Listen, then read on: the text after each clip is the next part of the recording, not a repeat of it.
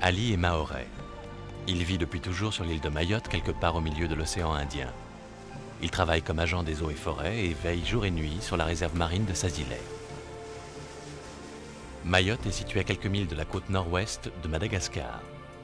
Cette île de l'archipel des Comores est française depuis 1843.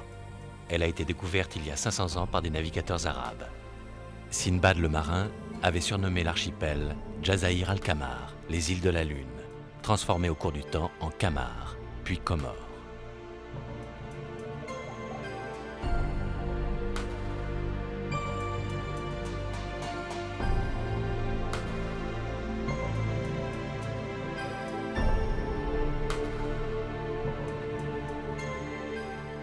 La tortue marine est le trésor de Mayotte.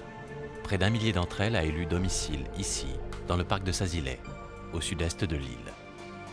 Rescapées des temps géologiques, véritables fossiles vivants, ces anges de la mer contribuent à la magie du site.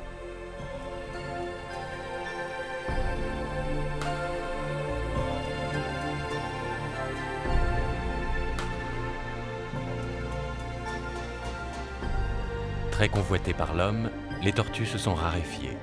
Mais Ali veille désormais sur elles. Chargé de leur protection, il a fait de ce travail une passion pour laquelle il se dévoue totalement. Mon travail consiste à baguer, gérer, sauvegarder la tortue verte et la tortue imbriquée dans le parc de Sazilay. Faire des recherches scientifiques. Quel genre de recherche? Essayer de savoir exactement où est-ce que la tortue verte et la tortue imbriquée de Mayotte va après la ponte, comment elle fait pour pondre, où elle pond et quels sont les moyens de pouvoir la conserver.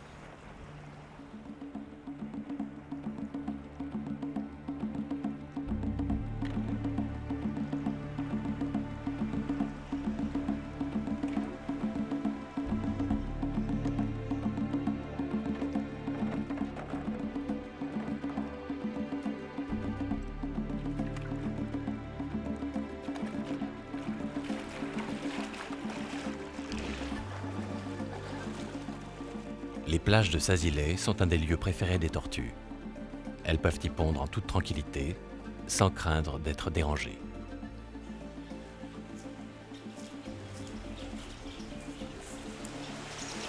Ali s'installe ici pour une mission d'observation qui durera plusieurs jours. C'est pour lui un moment privilégié, indispensable à l'avance des recherches scientifiques.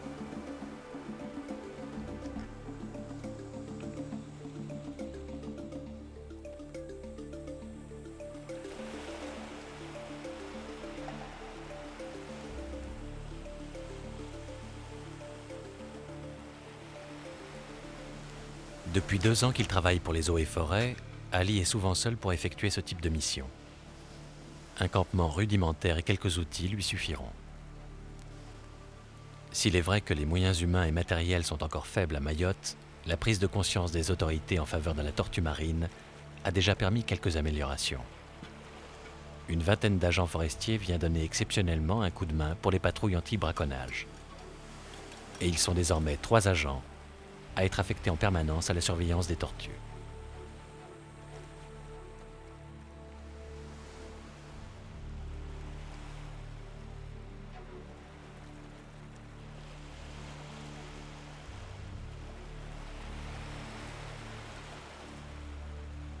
C'est dans l'obscurité de la nuit que les tortues choisissent toujours de pondre. Grâce à ses jumelles infrarouges, Ali peut facilement les repérer.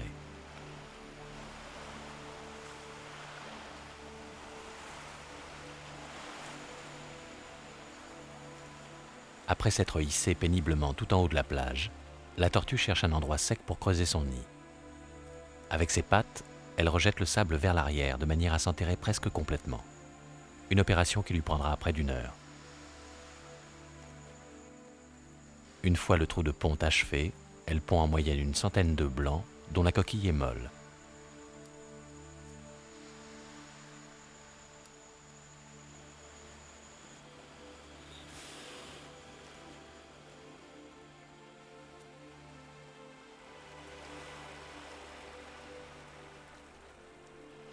Ali attend qu'elle soit arrivée à mi-ponte pour procéder à la pose de la bague, car c'est le moment où elle est fatiguée, donc plus docile.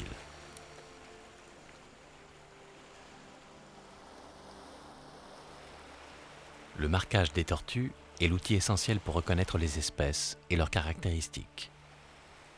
Il permet d'identifier les femelles individuellement lorsqu'elles remonteront sur la plage. Grâce à ce marquage, cette tortue pourra être repérée et étudiée durant toute sa vie. La tortue verte peut mesurer jusqu'à 1,50 m de long et peser près de 275 kg. Ali rassemble ainsi un maximum d'informations qu'il reporte sur une fiche d'identification. Ces observations permettront de dénombrer les naissances et d'éventuelles migrations vers d'autres océans, car elles accomplissent parfois des voyages spectaculaires. Une d'entre elles, baguée en Europe, a été retrouvée sur les côtes du Mozambique. La ponte terminée, la tortue ramène doucement le sable sur les œufs pour combler totalement le nid. Épuisée, elle repartira ensuite vers la mer.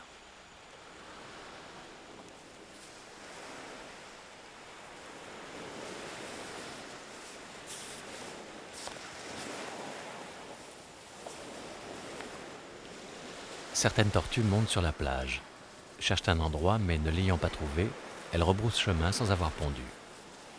Ali décide malgré tout de les baguer et de les identifier.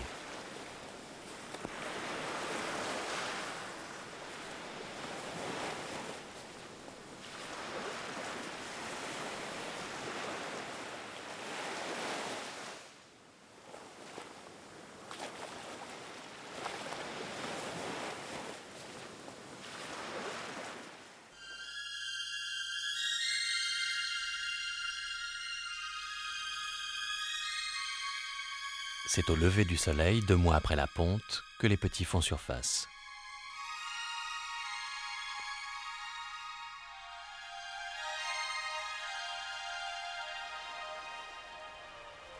Instinctivement, ils se précipitent vers la mer.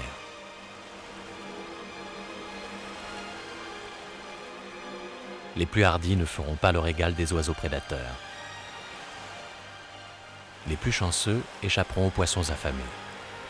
On a évalué à 1 pour 1000 le nombre de ces petites tortues qui atteindront l'âge adulte, soit 15 ans, l'âge de la reproduction. Une fois dans l'eau, seules les femelles retourneront un jour sur la terre. Les mâles, eux, ne quitteront jamais plus la mer nourricière.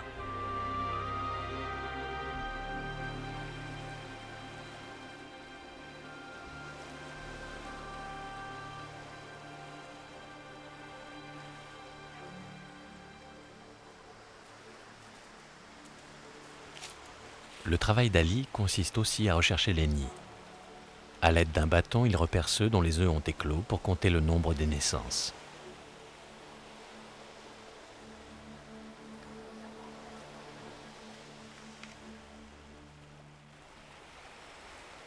À une dizaine de mètres de la plage, Ali découvre un nid qui a éclos dans la nuit.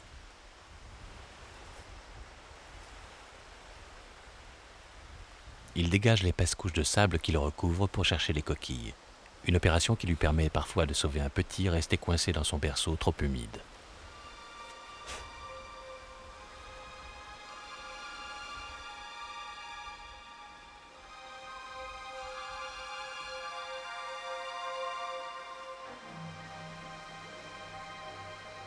Dans une saison, la tortue vient en moyenne déposer 3 fois ses œufs, à 13 jours d'intervalle, et souvent presque au même endroit.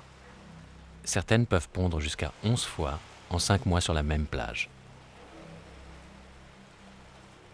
Ali remplit une autre sorte de fiche d'identification sur laquelle il datera, situera et comptabilisera le nombre de coquilles.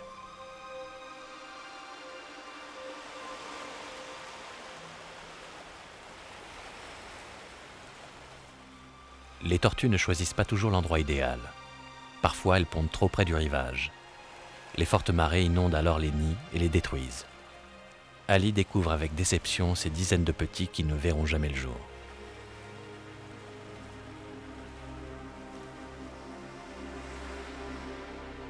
La mortalité naturelle des tortues est importante. En plus de la marée, les petites tortues ont d'autres ennemis comme les crabes ou les rats. Ils parviennent à se frayer un passage dans le sable, atteignant le cœur du nid et dévorant les œufs et les petits tout juste nés. À quelques mètres seulement du rivage, les tortues s'accouplent durant la journée, en toute liberté. Une véritable compétition où plusieurs mâles se disputent la même femelle.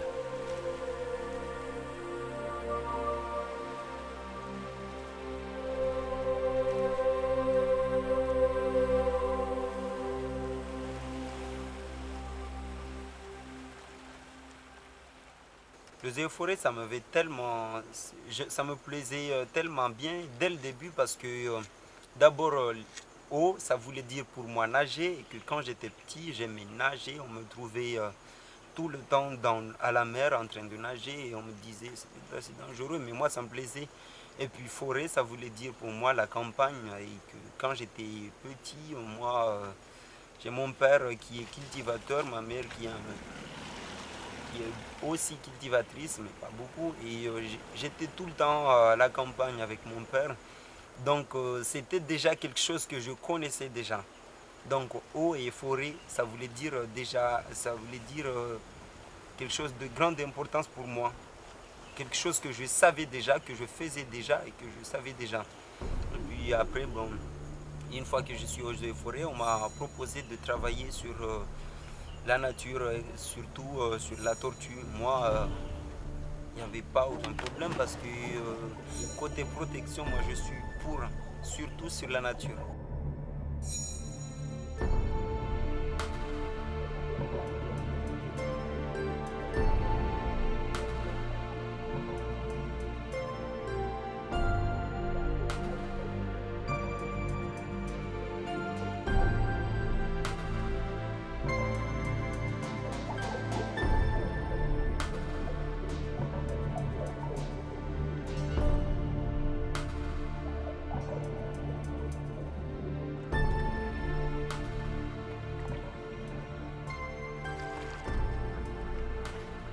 La richesse de la faune sous-marine dans cette partie de l'océan Indien fait de Mayotte un véritable paradis aquatique.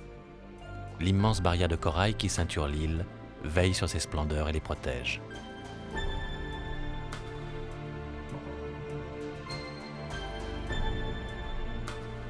Le lagon, d'une superficie de 1500 km², est un des plus grands du monde.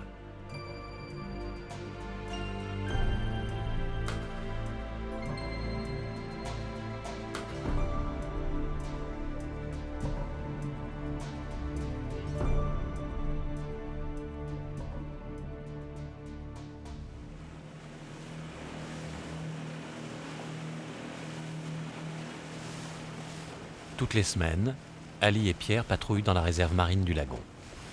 C'est pour eux l'occasion de saluer les pêcheurs locaux qui utilisent des méthodes traditionnelles.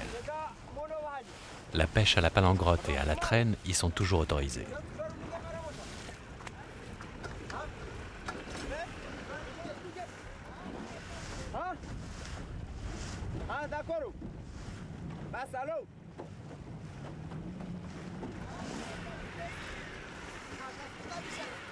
Estime partagée entre tous ceux qui aiment et respectent la nature.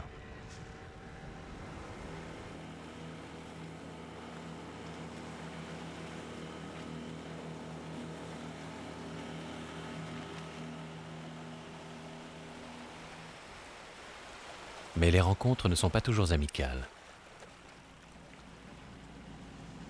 Monsieur. Bonjour. Bonjour. Les eaux et forêts, bonjour. Je vous ai vu plonger là. Qu'est-ce que vous faites? Si je vous dis que vous chassez, vous avez un fusil et que vous chassez. Une langouste. Une langouste? On ne chasse pas des langoustes avec des fusils, monsieur. On chasse pas. Bon, d'accord. Je vais saisir le fusil et puis vous allez me donner votre nom après. Est-ce que vous Ça vous dirait de me donner votre fusil que vous avez laissé là?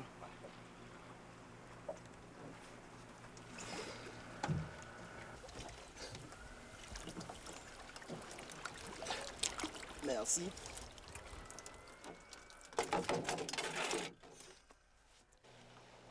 La pêche au fusil harpon est strictement interdite, car anti-écologique. Trop sélective, elle élimine les plus beaux spécimens, souvent On a reproducteurs. posé là 10 minutes en cherchant notre chien. Il se trouve que là, il est intéressé. Il a fait une langouste. Et voilà, c'est ça.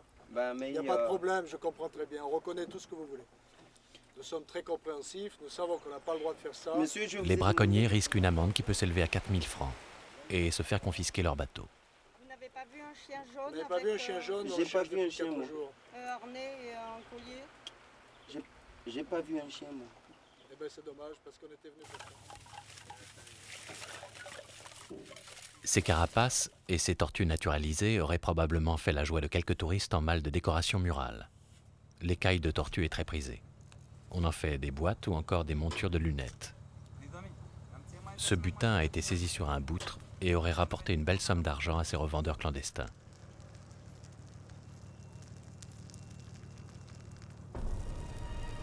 Mais la tortue est également chassée pour sa viande. Le kilo serait vendu sur l'île entre 10 et 50 francs. Toutefois, les croyances populaires mahoraises voient d'un mauvais œil les mangeurs de tortues. Je voudrais dire aux habitants de Mayotte une simple chose, c'est que la tortue, c'est d'abord, prenons-la pour un ami. C'est une des richesses les plus importantes de Mayotte. Prenons-la pour une amie et non pour un repas.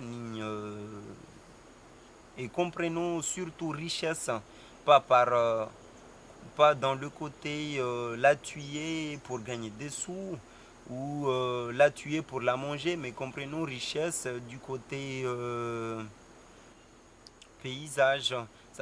C'est beau, c'est une belle nature et essayons de la garder au lieu de voir l'inverse.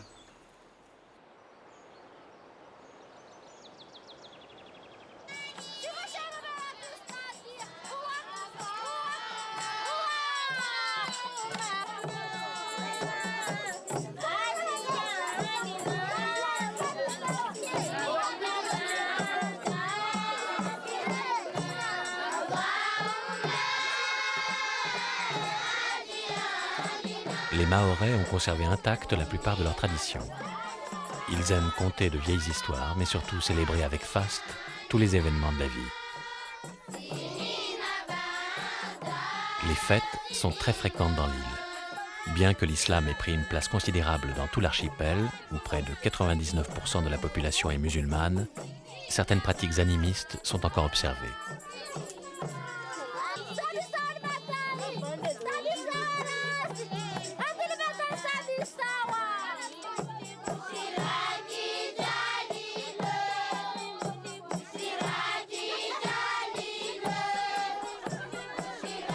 Les femmes sont un élément de stabilité dans la société mahoraise et jouent un rôle important. Elles ont plus de pouvoir que n'en donne habituellement l'islam.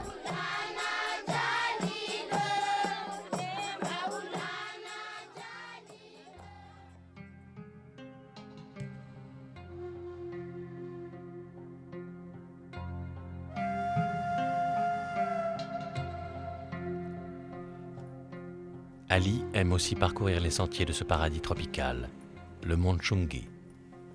Dans cette réserve terrestre, sorte de conservatoire naturel, on peut trouver des plantes mais aussi des animaux issus des temps anciens.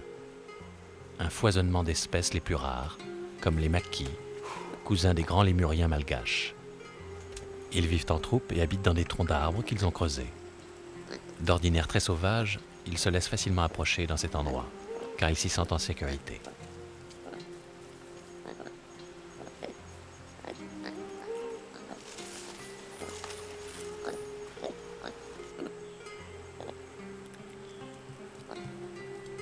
Ali vient régulièrement leur offrir des bananes, car il aime particulièrement ces petits singes à museau d'renard.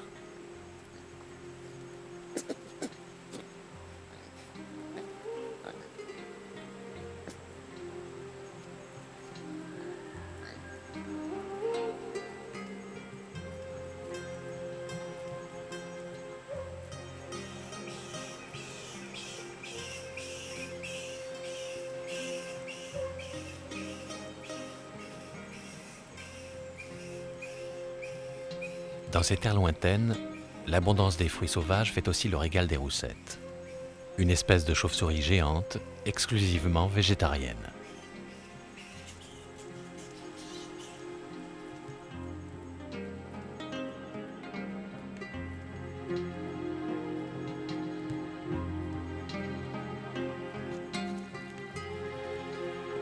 L'ascension du mont Chungi se fait uniquement à pied, car seules les randonnées pédestres sont autorisées.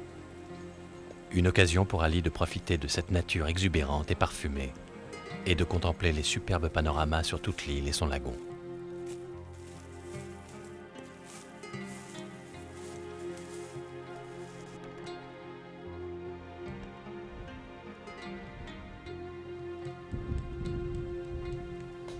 J'aime mon travail et je dirais même que je l'aimerai toute ma vie. C'est un travail qui me plaît et qui me plaît pourquoi? Parce que c'est un travail qui consiste à sauver une nature qui est dans mon propre île. Donc c'est déjà quelque chose pour moi. Pouvoir servir à son île du côté de la nature, moi, ça me plaît tellement. Et puis, je ne sais pas si un jour ou l'autre, j'aurai autre chose. Je ne crois pas du tout, j'espère pas. Et j'ai envie de continuer dans mon travail. De continuer à baguer les tortues, à vivre avec les tortues, à nager avec les tortues et à faire tout ce que je peux avec les tortues. Et sans oublier l'autre nature, la forêt, les poissons, la protection du lagon et tout ça.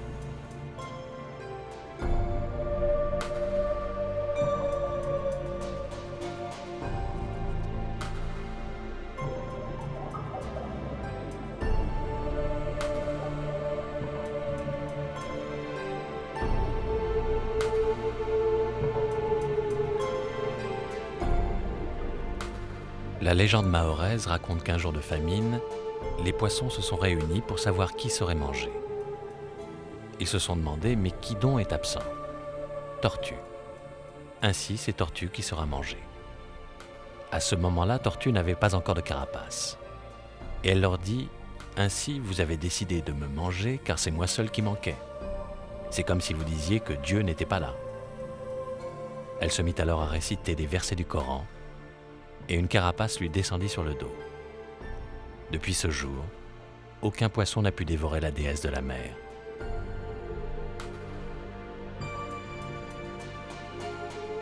Tant qu'il y aura des hommes comme Ali pour veiller sur le trésor de Mayotte, la légende des tortues de Sazilé sera toujours vivante.